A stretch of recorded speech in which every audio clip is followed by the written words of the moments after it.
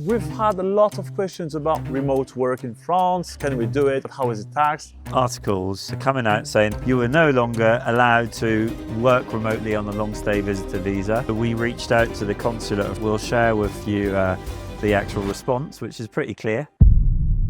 Guys, welcome to the French Tax Online channel. And for the first time, we are very lucky to have Richard Hammond from French Connections HCB with us. First time on the channel, even though we've been working with them for quite a long time now. Guys, we've had a lot of questions about remote work in France. Can we do it? Can we do that? How is it taxed? And for a few weeks now, there is like something growing, which is, are you authorized to live in France and work remotely with a long stay visa? And we have a visa specialist now. So Richard, can you tell me more?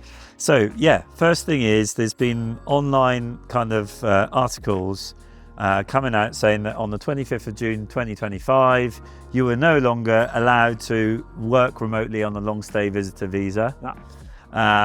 And so we reached out to the consulate of France. We'll share with you the actual response, which is pretty clear. Yeah. Which just says that you are allowed to work on a long stay visitor visa as long as, of course, the company is not located in France and has other employees in France, and you continue to be paid in your home country. Yeah. But it's actually something that we, when we work with Géraud and his clients or our clients directly, would declare to the embassy in any case before you leave. So do you mean, Richard, that there's a huge difference between being an employee of a US corporation and being a freelance in the UK, in the US, living in France, right? Yeah, for sure. Well, you know, the thing is that when you're doing either or, so there's way around that, of course. You got to be able to justify that your company still is operating in that country, and you can establish your headquarters wherever you want, right? But there has to be legitimacy of business, and there's worldwide accountancy rules to take into consideration.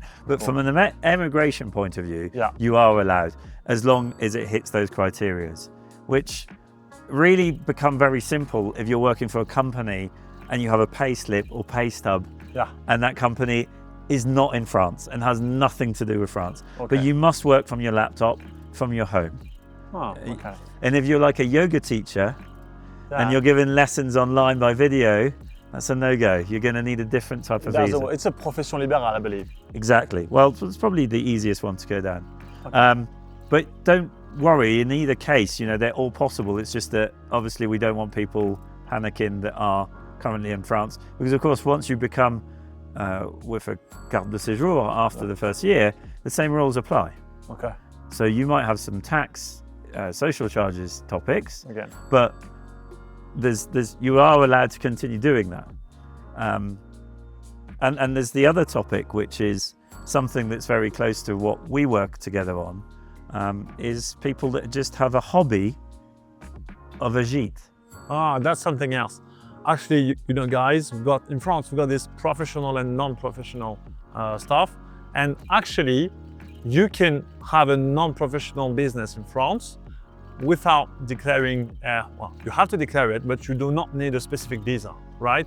And at the moment, the non-professional threshold is 23,000 euros, which means that you can run a gîte or a rental. Well, there's been a huge, sorry to interrupt, there's been so much confusion on this. I know. Can you do it? Can't you do it? Do you need a working visa? No. So let's be clear. You can run a LMNP, loueur meublé non professionnel, which is a gîte, rental income, blah, blah, blah, without a visa, without being French or EU. Yes, that's true, without a visa as well. Exactly. Okay, guys? But even with a visitor visa, you can have an LMNP as long as it's less than 23,000 euros a year. And that was just being confirmed to us in writing. We'll share the email with you by many prefectures around France. So there was the tendency that people were overcomplicating their applications, creating business plans, etc., which were creating problems for us because we were like, well, that business plan will not match the criteria for your visa renewal at the end of your year because you're not making enough money to justify minimum wage, right? Whereas it's not a business because it's just like a hobby, non-professional stuff. So this only applies for gîtes though, guys, or gîtes or property rentals. It's not you can't sell paintings or take photos or... Yeah, which is professional. And guys, one more thing. When you do JIT, forget about the SCI, please. That would be very nice, because at some point, you would not be happy with the outcome, trust me. Well, even more so, the SCI is the only type of company that you can create without a visa, Yeah. but really should only be used, I would suggest, unless you contradict me, as a planning tool more than anything. Pretty much, yeah. As soon as there's rental, no SCI. Anyway, thank you very much, Richard. Thank you, guys. I think we can move on and finish this call. Yeah, and thanks for Thank you guys for watching. I hope you like the content. Don't forget to subscribe and leave us some comments about questions, everything.